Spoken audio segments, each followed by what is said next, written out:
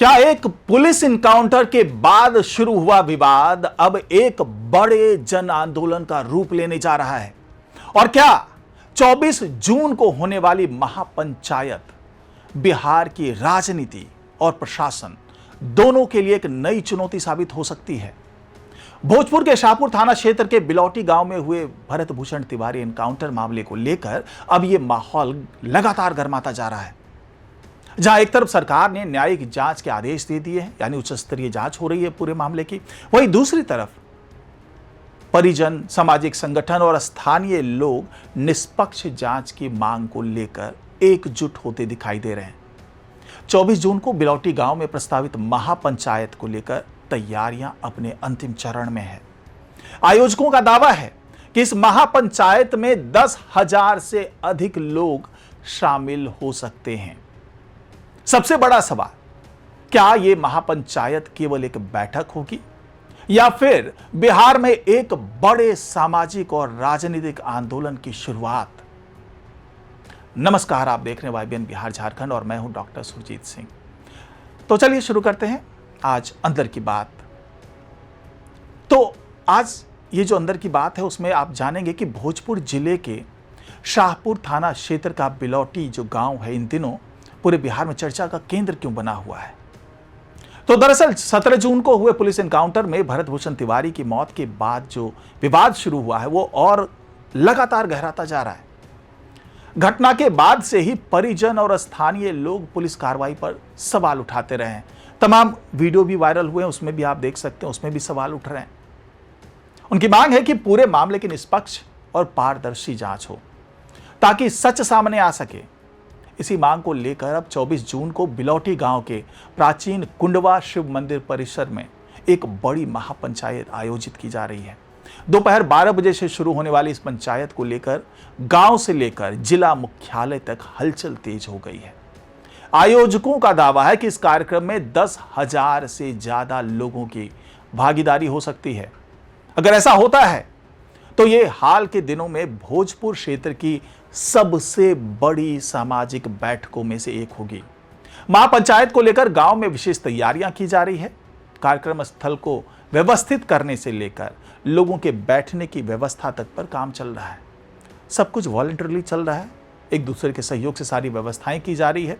गांव-गांव जाकर लोगों को आमंत्रित किया जा रहा है। सोशल मीडिया के जरिए भी लोगों से जुड़ने की कोशिश की जा रही है, उनको जोड़ने की कोशिश की जा रही है। लेकिन इस महापंचायत की सबसे खास बात क्या है, ये थोड़ा समझिए। दरअसल जो ऑर्गेनाइजर्स हैं, जो आयोजक हैं, उनका कहना है कि यह केवल एक परिवार की लड़ाई नहीं है। ये एक परिवार की लड़ाई नहीं है, यह केवल भरत तिवारी के मामले तक सीमित नहीं है, बल्कि यह न्याय, निष्पक्ष जांच और कानून के शासन का मुद्दा है।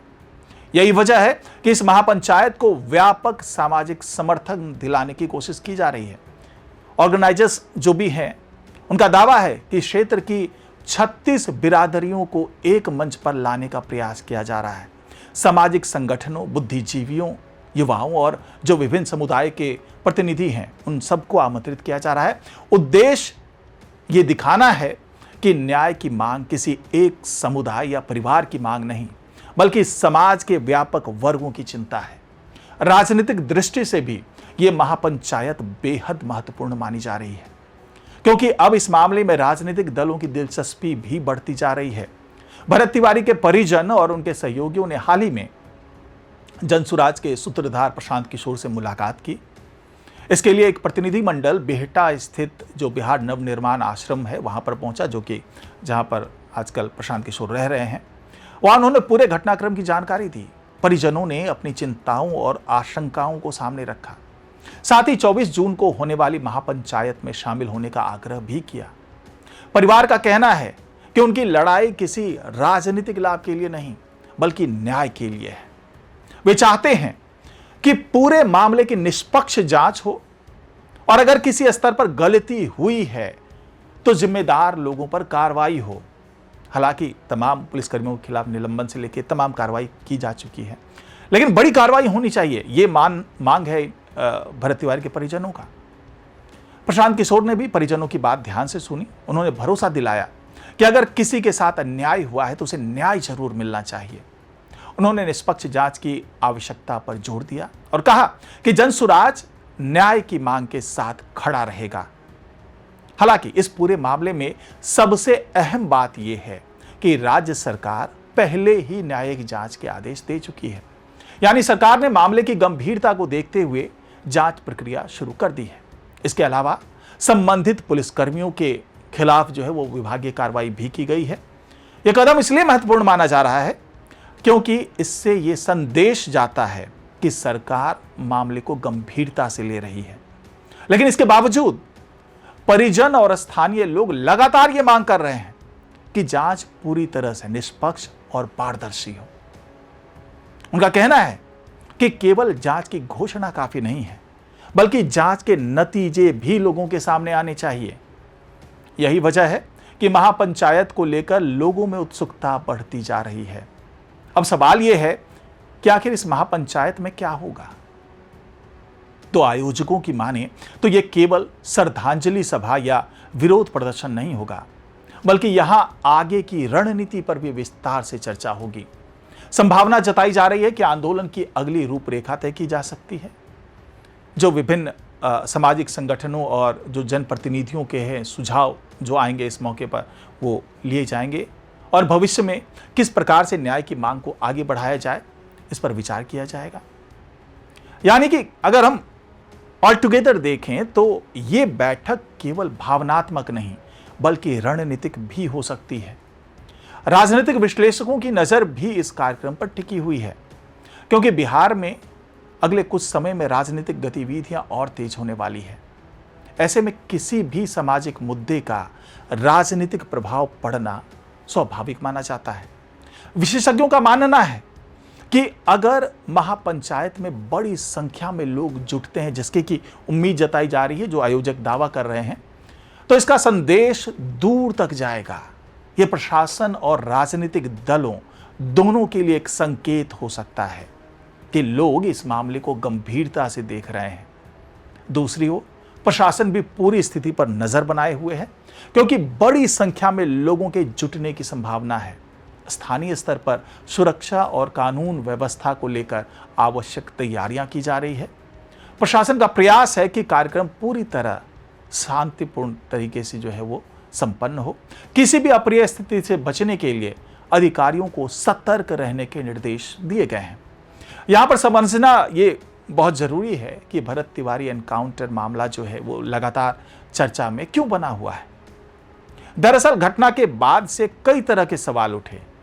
स्थानीय लोगों ने अपनी आशंकाएं जाहिर की, परिजनों ने निष्पक्ष जांच की मांग की, सामाजिक संगठनों ने भी अपनी चिंताएं व्यक्त की।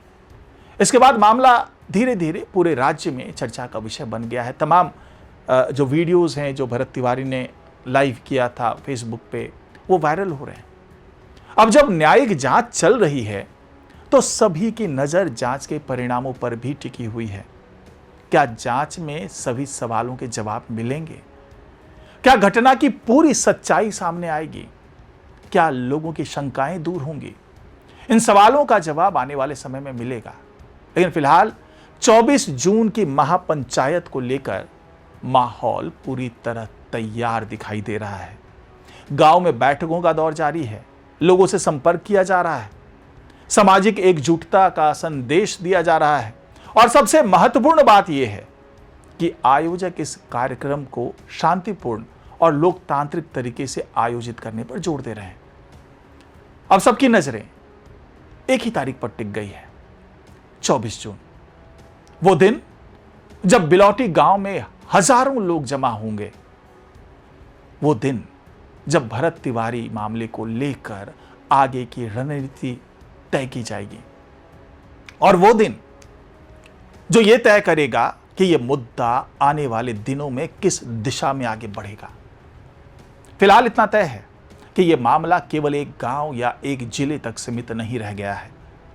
यह अब एक व्यापक सामाजिक और राजनीतिक चर्चा का विषय बन चुका है और इसी कारण 24 जून की महापंचायत पर पूरे बिहार की नजर टिकी हुई है।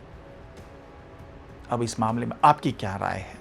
क्या महापंचायत से इस मामले में निष्पक्ष जांच की मांग और मजबूत होगी क्या न्यायिक जांच से सभी सवालों के जवाब मिल पाएंगे?